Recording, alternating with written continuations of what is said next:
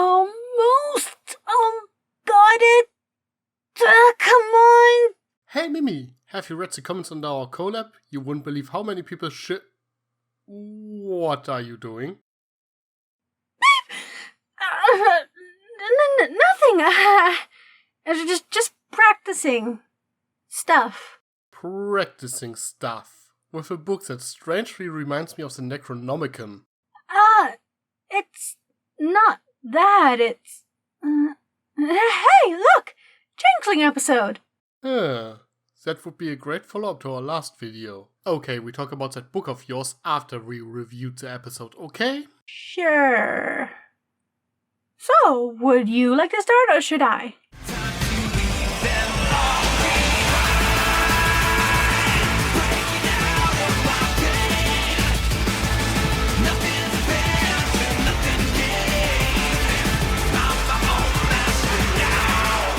So, I guess we finally know what the black spot in the Chrysalis was. It was a Changeling. Called it. Well, yeah. Everyone and their mothers guessed that one. Not too many black ponies hanging around, really.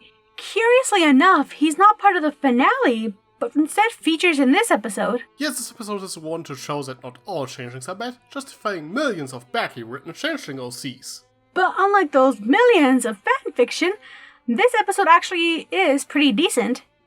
It has its issues, sure, but it's pretty strong with its moral and what it was trying to do. It also happens to be a Spike episode of all things. That Baby Dragon is on the Roses season, and it is also the first episode that makes use of Starlight even though she isn't the focus. Not counting that cameo without any lines and spice up your life. No, she actually is allowed to interact with other ponies. Also, Sunburst is there. Yeah, it's nice to see them back in action considering both have been missing from the last couple of episodes. But maybe we should focus more on the new shipping pair, Thorax and Spike, no? And yes, they are shipped. DeviantArt exploded with it. Wait, people actually ship those two? Yep. I think it has to do with how cute Thorax acts and how they work together, but I don't really see it. Celestia, they really ship everything in this community. Where did this come from? Interesting. Well, shipping aside, let's get back to the focus. It seems the entire Empire is on guard due to Thorax, because ponies think all changelings are evil. Heck, Shining Armor even says so himself to Spike, so yeah. Thorax isn't exactly welcomed, despite the fact he seems to be quite nice. It might seem a bit of an overreaction, but it's important to keep in mind that this is something personal for Shining and Cadence. The encounter with Chrysalis probably left some mental scars. After all, she imprisoned Cadence in a cave and used probably rather unpleasant mind control spells on Shining Armor. Not to mention that she made him believe she was Cadence, while the real one suffered somewhere. And since those two are in command, of course they are especially cautious when it comes to changelings. The Crystal Ponies on the other paw probably never heard about changelings, after all they were gone for about 1000 years and only know what they were told, which was probably not very pretty. Maybe they don't have first hoof experience with them, but it's likely they've heard about them and what they've done. It's like 9/11, where not everyone was directly affected by it, but we all heard about it, and it still scares us. But really? This kind of feels like it's been done before in Bridal Gossip with Sakura. Personally, I think it was done better here, since that episode Sakura did absolutely nothing wrong to warn such fear and hate from the ponies. Well, Thorax's kinda invaded Equestria's capital city? Yeah, Bridal Gossip was more about the fear of the unknown, while here they fear Thorax because they know what changelings are capable of. It is more about that everyone is different and you shouldn't generalize everything. To take the 9/11 example, not all Muslims are bad, there's just a minority of extremists that do bad things, but some people tend to forget that. Sadly, that's how things work when it comes to ponies and with people. We tend to generalize, and that's exactly what we see in this episode. So to try and help Thorax fit in, Spike gets him to pretend he's a pony, rather than be what he is. A temporary solution. Isn't that what you usually do? Well, yes, it is. I won't lie. I do often put on a mask and pretend to be someone else to get by, but I do it so I won't be seen. To blend in and sneak by unnoticed. while Thorax is doing it to make friends, to be noticed. Either way, it's not a good solution for either of us. But it's hard not to use it when trying to be yourself can get mixed results. For Thorax, it resulted in Spike not sticking up for him and being chased away by the guards. But to make one thing clear, I can't really blame the little dragon for that. It probably was a really hard decision, as everyone he cares about was unwilling to give a changeling a chance. It was a lot of pressure in this one moment, but he regretted it immediately. Heck, you can see his heart breaking in this very moment. But luckily he tries to fix things and stands up for Thorax as he should. I want to bring up something my friend Gray mentioned. Spike can probably understand Thorax really well, as he's different from all other dragons that are portrayed as monstrous jerks or monstrous jerks. Save for Ember, so the two are actually pretty similar. That's the reason you can believe the relationship. They understand what it's like to be the odd one of the group, though I think that maybe they rushed the ending a tad too much. Spike stands up with Thorax, sings a song, and suddenly everybody is automatically 100% trusting of him. Personally, I think it would have been better if, say, they accepted him, but were still wary of him. It would be more believable that way. Well, to be fair, we only saw the reaction of major characters. That Twilight would trust Spike on this is kinda understandable, and Starlight certainly isn't someone to judge. Shining Armor would come off as a jerk if you were to say something against Thorax, as his sister and his wife, who are also the princesses of friendship and love, accepted him. Same for the guards. If a princess says they're okay with a changeling, they kinda have to agree.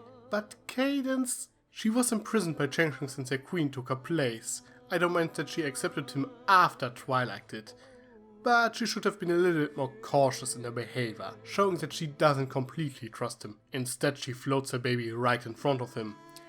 Don't get me wrong, it is quite heartwarming and supports the whole message of the episode, but all Cadence shows is the behavior of the perfect little princess, like always. If she were to hesitate a bit, it would give her some character. Shining Armor at least showed earlier in this episode that the events of a Canterlot wedding left their marks on him. See, that's what I'm getting at. All I would need to do is make Cadence sound unsure, or say something like, well, if Twilight trusts him, then I guess we could give him a chance. Something along those lines. That way, assuming Thorax comes back later, when we see him hanging out with the Crystal Ponies, it'll be more heartfelt. He earned their trust, rather than have it given to him. But I guess it still works, even if it feels so unnatural and rushed. The song certainly didn't help that much. It was a shortcut for a small speech of Spike would have probably worked better. Actually, I think a song in this episode isn't that bad of an idea, but not at this point. It would have been a nice addition to the montage in which Thorax, disguised as Crystal Hoof, befriended Crystal Ponies. They used an instrumental track instead, even though a few lyrics would have been a great addition to the scene. The song itself was okay, it didn't leave much of an impression on me, but a lot of people seemingly like it a lot.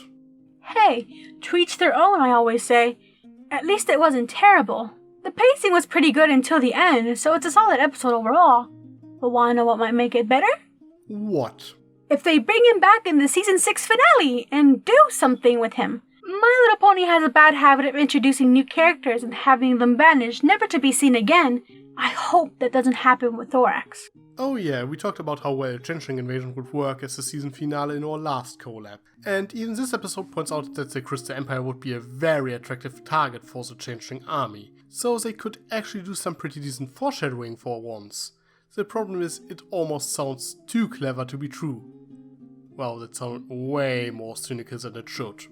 Well, considering that it's Hasbro, it's a fair assumption. But who knows? They might actually do something smart for once. Only time will tell. Everything alright, Mimi? Yeah, don't worry. Magic overload. It happens. Anyways, you were saying... Well...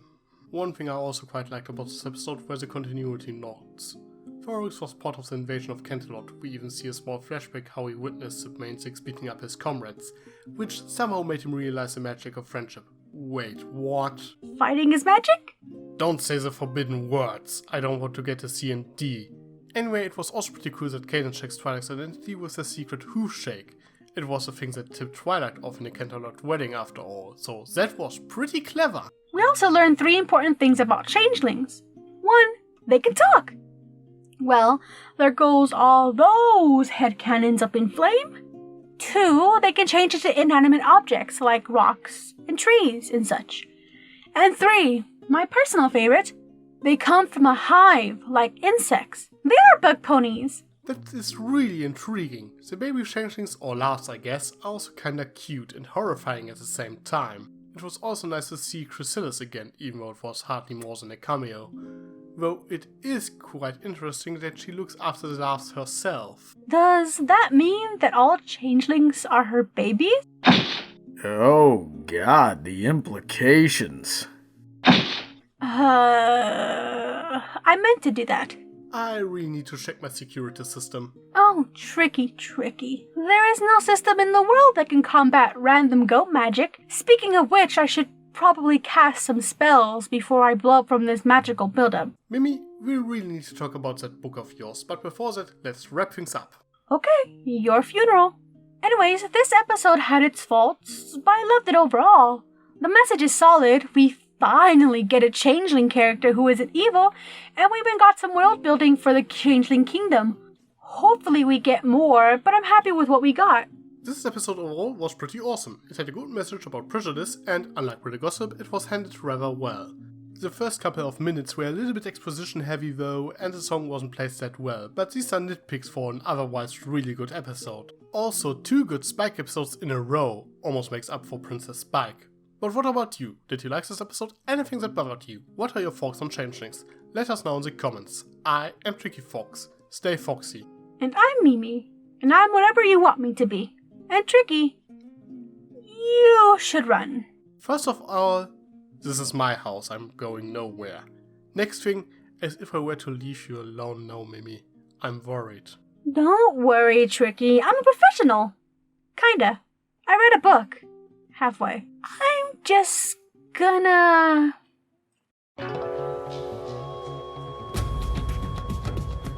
Mimi? Mimi? Mimi!